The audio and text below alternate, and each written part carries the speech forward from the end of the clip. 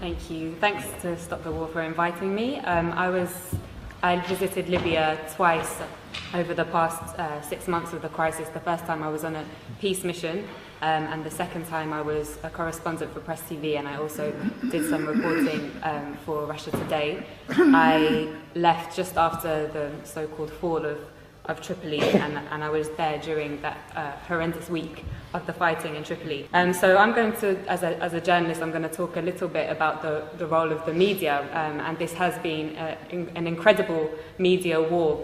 Dan alluded strongly to the criminalization of the Libyan government and Gaddafi.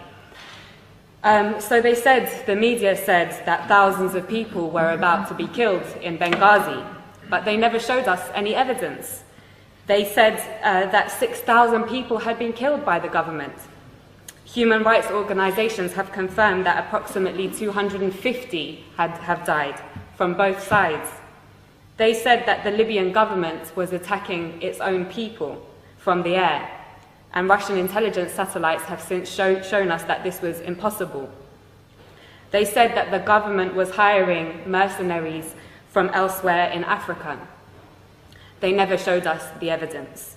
Instead, we saw the videos of black Libyans and other black Africans being lynched in public squares by NATO's ground troops, the rebels, with scores of people filming on their mobile phones and Western special forces looking on. They said that Gaddafi was hated by his people, but they never showed us the 1.7 million people in a country of 6 million in Green Square on July the 1st.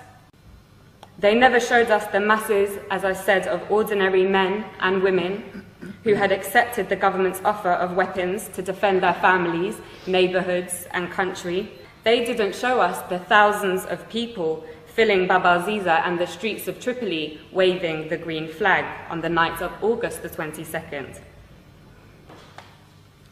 They didn't show us how all the gatherings of the people to defend their capital, from those who wished to send them back to the times of colonial puppet King Idris, were attacked with missiles and Apache gunships. What I heard throughout my stay in Tripoli. A resident of Sirte, Susan Farjan, said, "We lived in democracy under Muammar Gaddafi. He was not a dictator. I lived in freedom. Libyan women had full human rights. It isn't that we need Muammar Gaddafi again, but we want to live just as we did before." In the same article, 80-year-old Mabruka says, "Life was good under Gaddafi. We were never afraid." And yet another says, "Everyone loves Gaddafi, and we love him because we love Libya." Leaving the Rixos hotel where I had been trapped for 5 days was the most surreal and probably the worst day of my life. It was a bad day. The safe, secure, welcoming city, full of life and warmth that I had driven through days previously had transformed. Libya reached a point, as Dan said, of having the highest standard of living in Africa, a high level of literacy, universal healthcare and free university education, a high status for women in society, and the greatest degree of equality for the large black population in the whole of North Africa and the Middle East. Those 40 years of revolutionary achievements have now been reversed. But as Gaddafi's close brother Hugo Chavez said in his recent letter to the United Nations General Assembly, "Right now there is a very serious threat to global peace," he said.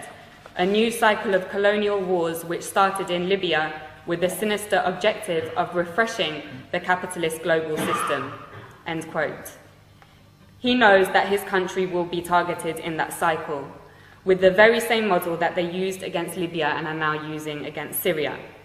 In the absence of an effective anti-imperialist media that can challenge and preempt the tricks of imperialism through its global media, it is the role of all progressive people to champion the sovereign states of the global south, who, like Libya and Syria, are a thorn in the side of the West.